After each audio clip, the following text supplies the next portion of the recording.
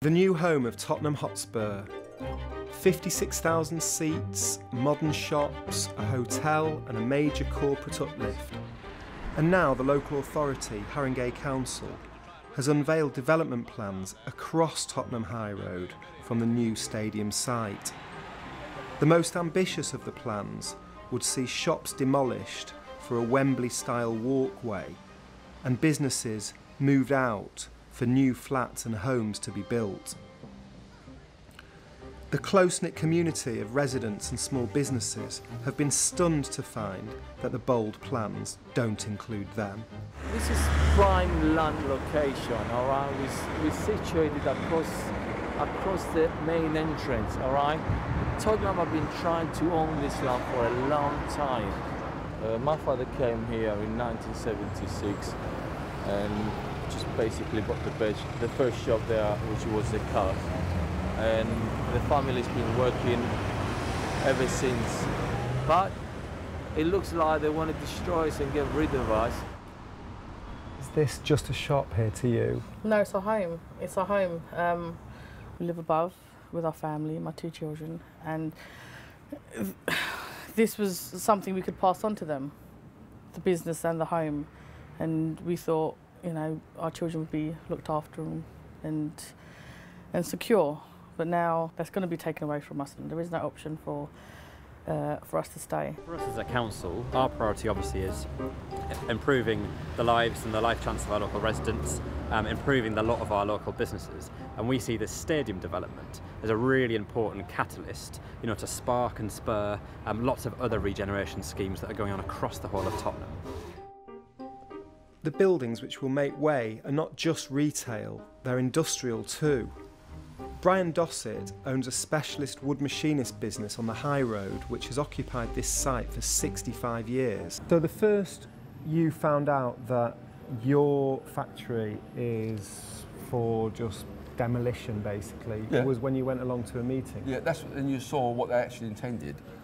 Nobody came and taught you first? No, no, no. If they can just kick you out after all these years of work, what would you do? Would you stay in Tottenham? You know, I can't believe that anybody can do such a thing. Many of the business owners told me they suspect that the council is going out of its way to keep Spurs happy, and this after the club was allowed to go back on its previous agreement to pay for improvements to the local area worth millions of pounds. Are you completely comfortable with all of that Spurs haven't had to fulfil £16 million of public realm improvement, and you have had to find, a deprived borough has had to find the money from public money? Well, I think what's clear is that Spurs are investing more than £400 million in our borough, so that, you know, they're putting serious cash into this site and into this area. You know, obviously we have to go on the advice we're presented with at the time, the independent assessments that are done, you know, and that was the decision that was taken in a public forum. And you're completely comfortable with that? Well, I think what I'm saying is my priority as Regeneration Cabinet member is to have a £400 million investment delivered here. Spurs say they expect construction to begin in 2014. But the future of the club's many neighbours looks far from secure. The High Street, that has recovered from riots, underinvestment and economic crisis, is being forced to pull together once more. On Tuesday night, a group of us, based around the Turkish-Kurdish community and the anti-cuts alliances in Hackney and Haringey, agreed to hold a march, even though some people said it might be provocative, because we understood that not only have our kids, and most of us have had kids grow up in this area, not only have they been criminalised through their lives, but they're going to be criminalised again. This march is not about judging. This march is called Give Our Kids a Future. That's all we are saying. Give our kids a future. On the understanding that it is us, that it is our communities that are going to make that happen. My name is Sylvie. I'm part of the North London Community Housing Demo, which are both Turkish and Kurdish community centres, one based in Hackney and one based in Tottenham. As it is known, last Saturday a protest took place outside Tottenham Police Station in order to attain answers or explanations as to how and why Mark Duckett, a father of 4, was killed by the police on Thursday, 4th of August. The events were unleashed as a result of the police physically attacking a 16-year-old girl who, on behalf of the protesters, all of whom had demanded justice, entered the police station after waiting for around 4 or 5 hours outside the station to inquire an explanation regarding the killing. The events that had begun in Tottenham had very quickly spread to Enfield, Hackney, Edmonton, Islington and other regions in and outside of London. What are the actual reasons for the outburst of the youth? 8 out of 10 youth services have been closed in Tottenham, and such cuts are not unique to Haringey. The removal of our tightening the conditions for being granted education maintenance allowance, the rise of tuition fees going up to £9,000, the low level of education attainment in deprived areas, the removal of sport from students that are experiencing problems in secondary schools, and referring these students to other institutions are just some of the problems that are experienced. According to official figures, the number of unemployed youth is 1 million. In areas like Haringey and Hackney is higher. A black or ethnic youth is 10 times more likely to be stopped and searched than a white youth. Surely the traders have the right to protect their shops, but such events should not be used to pit the Turkish and Kurdish community against the black community. Such events should not be used to strengthen the prejudice that the oppressed and migrant communities have against each other. Who killed Mark Bucket? Please kill Mark Bucket! Who are the racists? Please kill racists! Who are the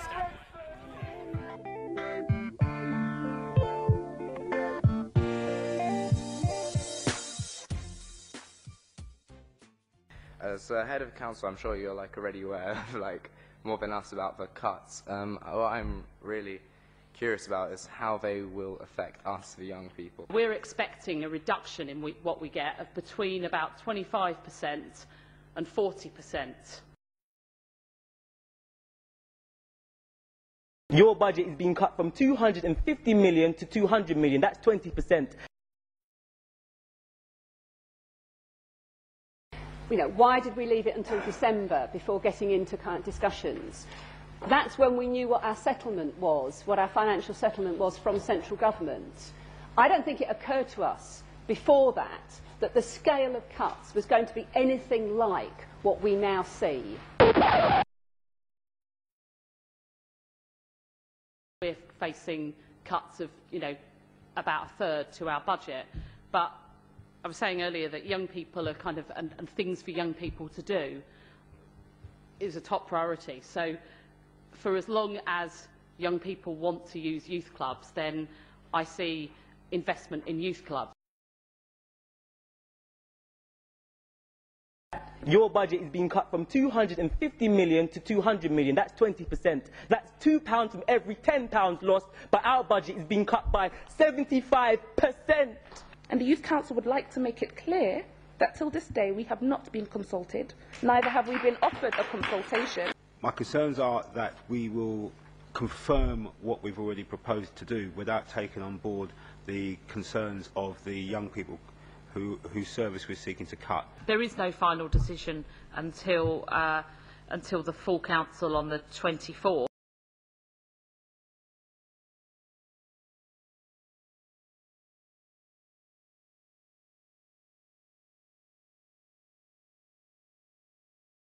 What we have wanted to be completely genuine about is involving young people in what sort of youth service we have on that reduced budget.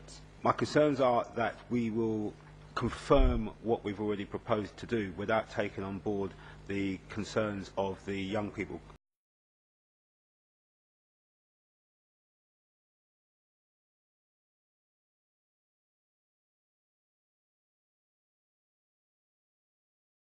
We need our youth services. When you take away our youth services, you take away mental and psychological support that our youth workers provide. When you take away our youth services, you take away our opportunity for skills and a safe space for our young people to meet, rather than on the streets where many of us have died.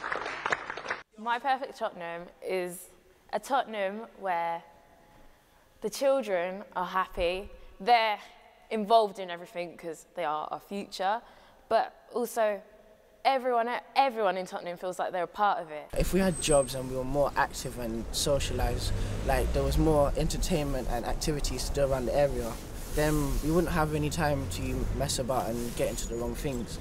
Like, I'm not sticking up for the bad people, but I'm just saying, like, if there were more opportunities, then things would be a lot different. It would be really a lot more different for everyone. Nothing to do with you. That is not true. The report the council was using to prove that this building was not fit for purpose was a report that was drafted by a group of developers who wanted to buy the site from the council at a knockdown rate. If I want to buy something at a knockdown rate, I'm going to dumb it down a little. I'm going to tell you it's rubbish so I can get it on the cheap. The vision for Tottenham has to be about investing in the people that are here now, ensuring that they have opportunities and that their children have opportunities to live and stay and help to regenerate Tottenham. The Welbourne Centre. It is a hub for the community. We facilitate diverse groups ranging from senior citizens doing their Keep Fit and their health and support group to our Domino members. We have children come in doing their homework club. During the day we have a fantastic luncheon club. We have been campaigning, we have petitions to sign, but we're not gone yet. My name is Paul Leslie. I'm the new chair of the Caribbean Senior Citizens Association.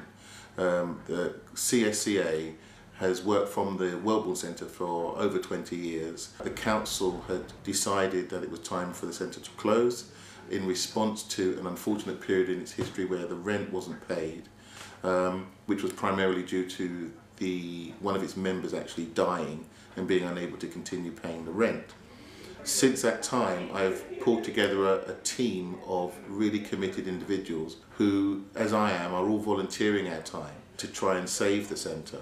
It's been here for about 20 years, as far as I'm aware, and it plays a major part to the community. They have weddings, receptions, funeral receptions, christenings, everything. They have fun days, barbecues, all nationalities use it. It's not just for the Caribbean, it's for the community basically. Because we offer a broader service to the wider community, that the impacts for the community will be that they won't have a place in which to go, and that includes children, young people and adults. We know that there is a reduction in statutory sector youth workspace, and we know that the Welbourne Centre is a community hub. There are young people that are just on the cusp really of coming to the Welbourne Centre on a regular basis and basically structuring a youth club on site. And it also gives us an opportunity to develop more intergenerational work because we've got children, young people and elders in the same space. Long years ago, Heringe gave us said that this belonging to us. So I'm coming here for a very long time. I meet my sisters then, and we have a laugh and a chat and a whining. That's it, they like the whining.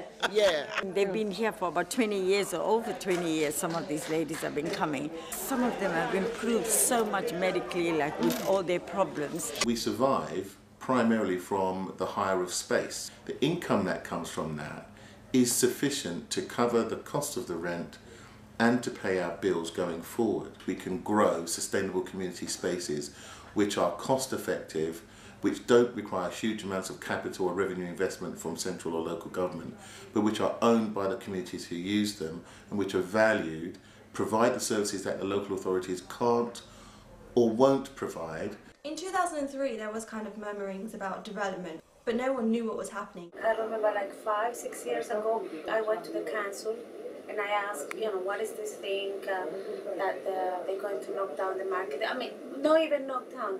What is going to happen, because we didn't know anything about it. Fast forward to 2007, I was still at university at this time, so I didn't quite know what was going on. But I just graduated back home and they had this exhibition on Ward's Corner. We find out that the developer wanted to come to the market, destroy everything. We call it destroy, they might call it something else. We all went to look at it. And it was a completely new site, new buildings. That, we weren't anywhere there.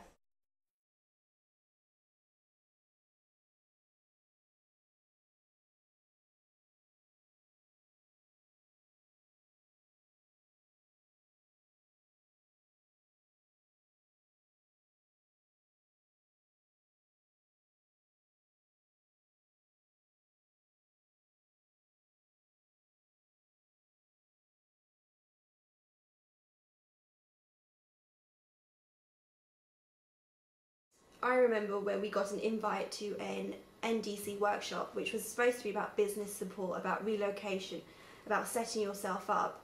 And then we sat in a room with the director of the NDC giving us a presentation about this lovely new development that was going to come and change the lives of everybody in Tottenham.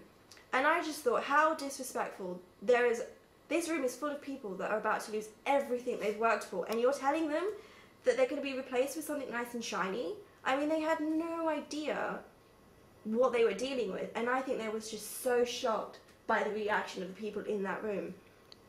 They were angry, they were outrageous, they were shouting, they were crying, and everyone, you know, the developers, the council, the NDC, who at the beginning of the meeting was sitting there with these big grins on their face, were just shocked, absolutely shocked. And I said to them, how could you not understand the kind of feelings that people have been going through in the last few years?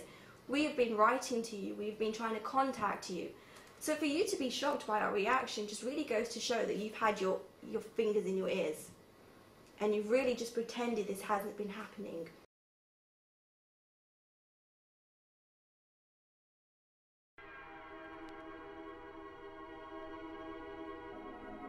We know that the Council and Granger's plans will tear down the entire Water Corner site, build private flats, shopping mall, and evict businesses and residents. They'll destroy the market and they will change that part of Tottenham forever.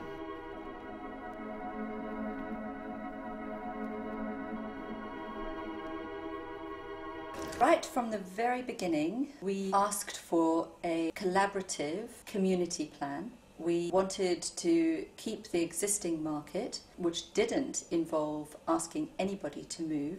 We all valued the buildings. We all could see what the buildings could provide, and we presented them quite a detailed alternative right at the very beginning, before they had really committed to the developers or needed to commit.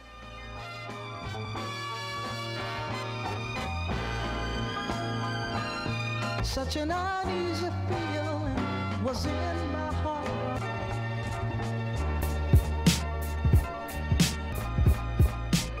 Is the community just with the breakdown and say stop? That I think this is the feel of the community is the feel of this campaign. Okay, and then it's important because I think we are sending a message to not only to the area but to other areas that have been affected by the same problems. That you can do a lot of things, you know, to make the difference, to make a change.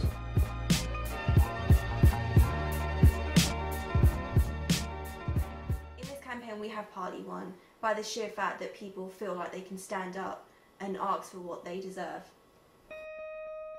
But it is the political structure of the council that is against us, so that needs to change.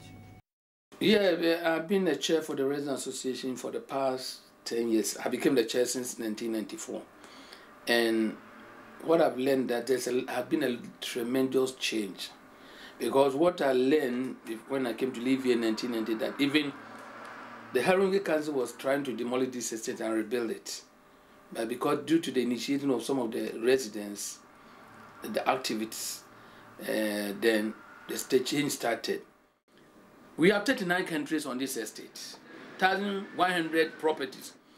And now we have been able to establish a multicultural carnival where all the communities who live here celebrate their cultures.